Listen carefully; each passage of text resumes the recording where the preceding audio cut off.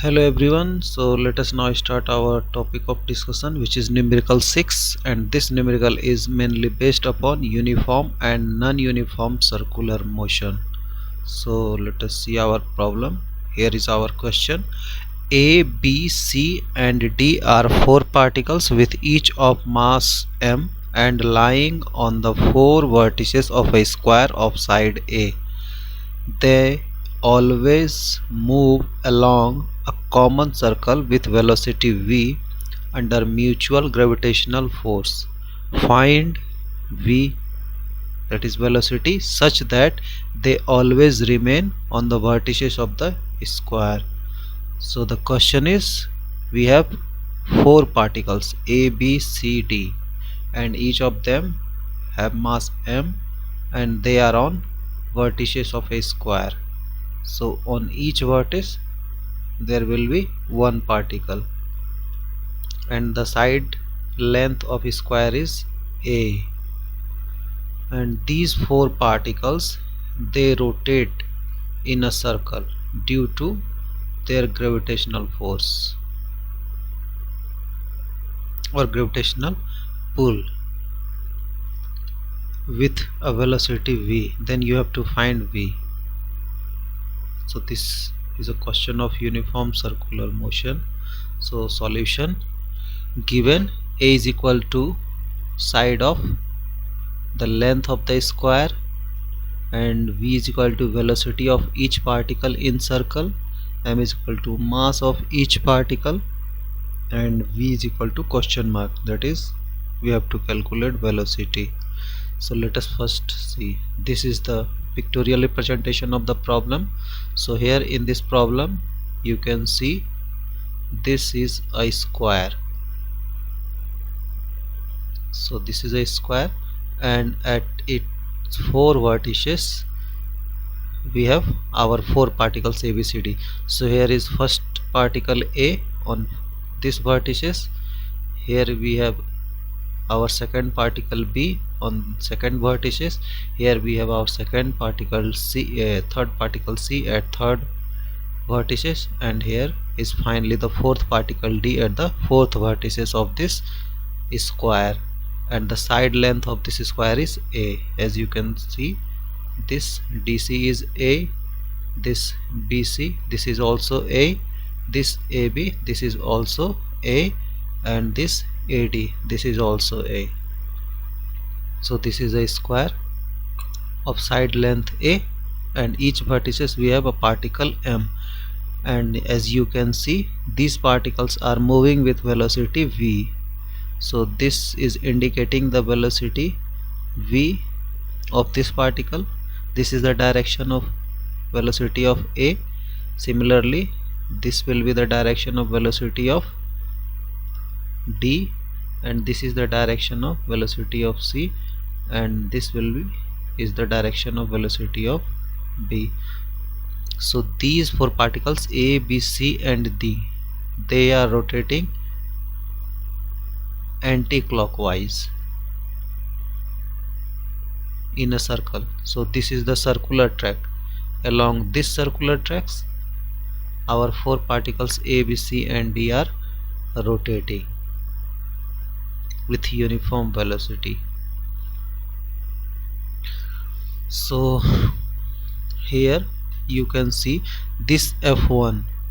This F1 is the force on A, that is gravitational force on A due to B. So B, as you know that gravitational force is always attractive, so B is attracting A with a force F1. Similarly, D will also attract A.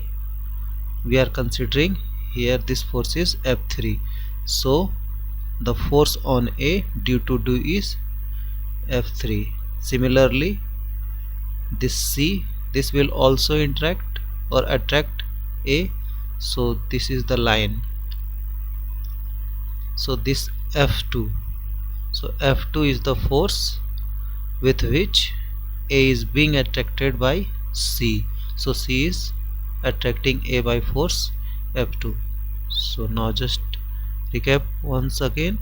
B is attracting A with force F1, C is attracting A with force F2, and D is attracting A with force F3. Let us now move towards our next concept behind this problem. Since particles are revolving in circular path or circular track with being at vertices, hence it is a case of uniform circular motion. So this problem is based upon uniform circular motion. To revolve in circle, every particle needs centripetal force, as if you will see in your class 11 textbook in circular uniform circular motion, then you will find that for a uniform circular motion there is always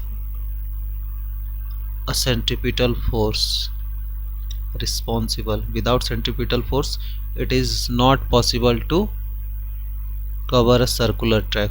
So since our four particles are moving in a circular track, hence there will be also a centripetal force. That is, it is written here, to revolve in circular, each and every particle needs centripetal force. Centripetal force is the net force which acts along the center of the circular track, and you also know that the centripetal force is always directed towards the center of the track. So the total force which acts along the center is known as centripetal force.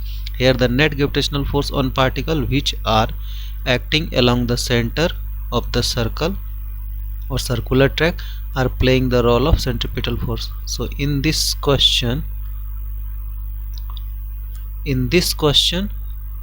the net gravitational force on the particle which is acting along the center, that force is your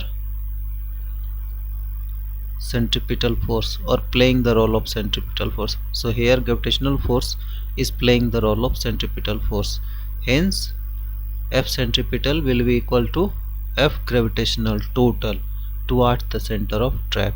So this is our first equation, this is our first condition that we have reached. Also you know that centripetal force is given by mv square upon r. So this is equal to mv square upon a by 2, where r is radius of the circle.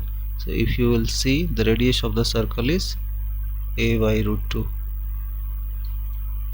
Now you get F gravitational total is equal to F3 plus F2 plus F13. This is your equation number 3rd, where F2 is gravitational force acting on A due to C, F13 is resultant force acting on A due to forces F1 and F3.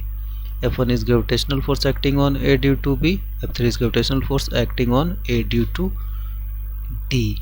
So now here in this problem, now we will clear.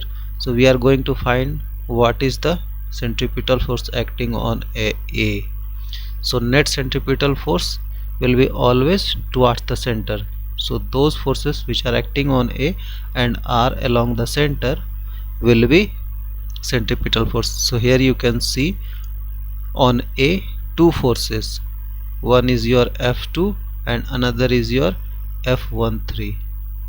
These two forces are acting on A and these two are directed towards the center. This is the center of our circular track. Hence these two forces combine will generate the necessary centripetal force to rotate A in this circular track. You can say that F2, here as you can see that F2 plus F13. So the sum of these two forces is generating the total gravitational force along the center, and this force will be equal to your centripetal force. Here F2 is force on A, as it is written, gravitational force on A due to this particle C. So F2 is force on A due to C. F1 is gravitational force on A due to B. Here it is also written F1, this force is force on A due to this particle B. Similarly F3 is force on A due to particle D. So this F3 is acting on A due to this particle. And here F13, this force, this F13 force is the resultant of forces F1 and F3. So here we have two forces, this is your F1 and this is your F3.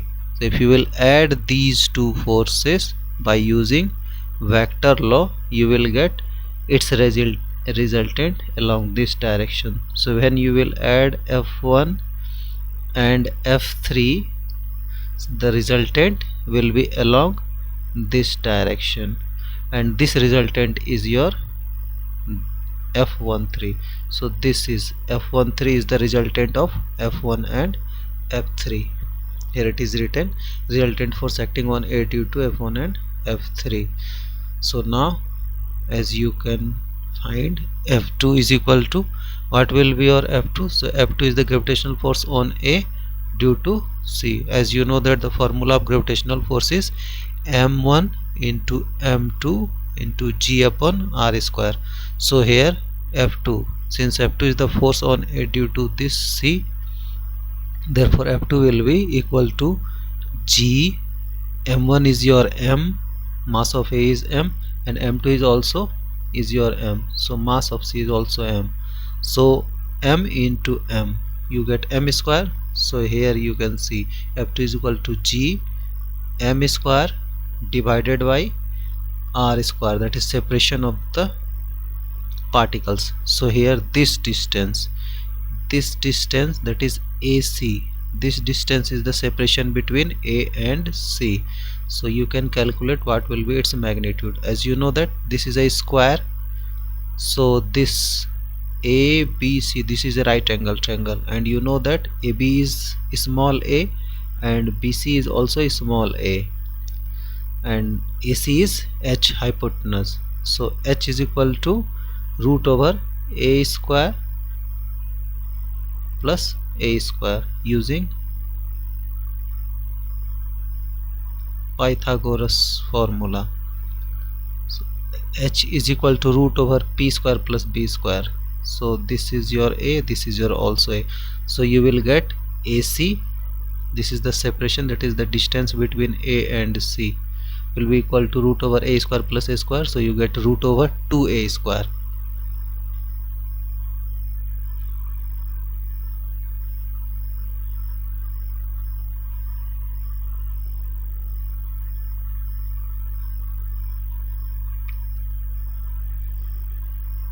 So here the value of AC is your root over root 2 a square, root 2 a square. So your R here will be root 2 a square, but since the formula is gm1 m2 upon r square, so if you will square to make a square of root 2 a square, you will get 2 a square. So here is your h, that is AC, and AC is your root over 2a square. So if you will, you can say that r is your root over 2a square. So if you will make that square, you will get 2a square. So this is your F2. Similarly F13, if you will calculate F13, how can you calculate F13? So as you can see that F13 is the resultant or sum of F1 and F3. So first you calculate F1 and F3, then you simply add them together by using triangle of vector addition. So here F1 and F3 both you can see. First let us calculate F1.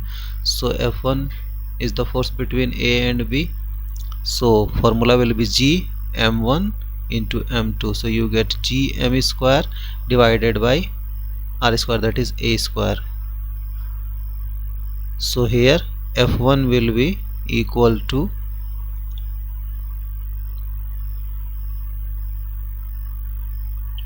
your F1 will be equal to simply G m square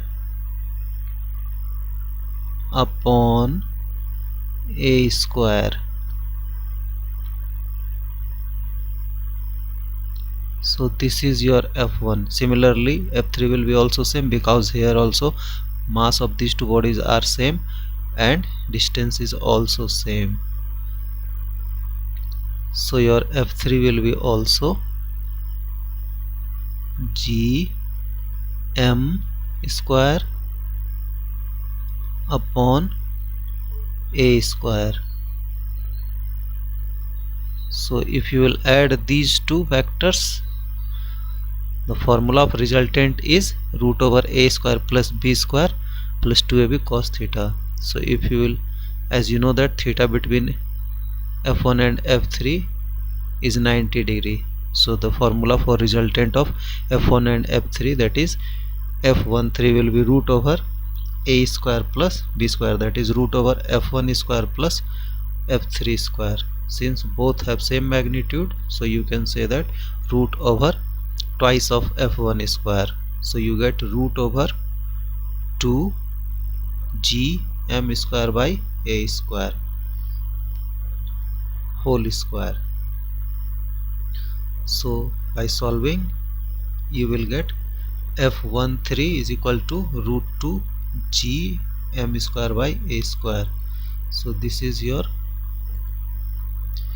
f13. As you now have f2 and f13, use these two formulas and put f2 and f13 in equation 3, that is in this equation you will get F gravitational total, that is total gravitational force acting on A towards the center. So next, as you can see here, F gravitational total is equal to f2 plus f13. By putting these two values you get gm square by a square multiplied by 1 plus 2 root 2 by 2. So this is your total gravitational force acting on A towards the center. So total gravitational force acting on A towards the center is gm square by a square whole multiplied by 1 plus 2 root 2 by 2.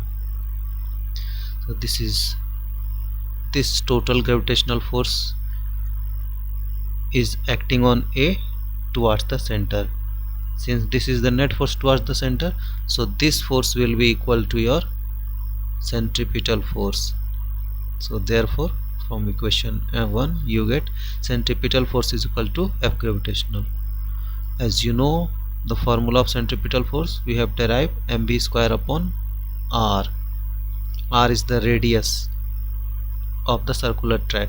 So here you can see this is the radius of the circular track. So what will be its magnitude? As you know that this whole AC is root 2 A. Therefore this is the half distance, so this distance will be your, that is radius of the circular track will be your A by root 2. So this is your radius of the circular track. So centripetal force is mv square upon r. So radius of the circular track is A by root 2. So centripetal force is equal to F gravitational total. So this is your F gravitational total, simply put here. So m will be cancel out. As you can see, this m and this twice will cancel simply. This A and this square will also cancel, and this root 2 will go down. So here finally you get, if you will solve this equation, you will get v is equal to root over gm by a whole multiplied by 1 plus 2 root 2 divided by 2 root 2. So this is the required solution or answer for our problem. So that's the end of the video. If you have any confusion or question regarding any topic of the physics, then tell me in comment box. I will try to help you. If you want to like my videos, please share and subscribe. Thank you and have a nice day.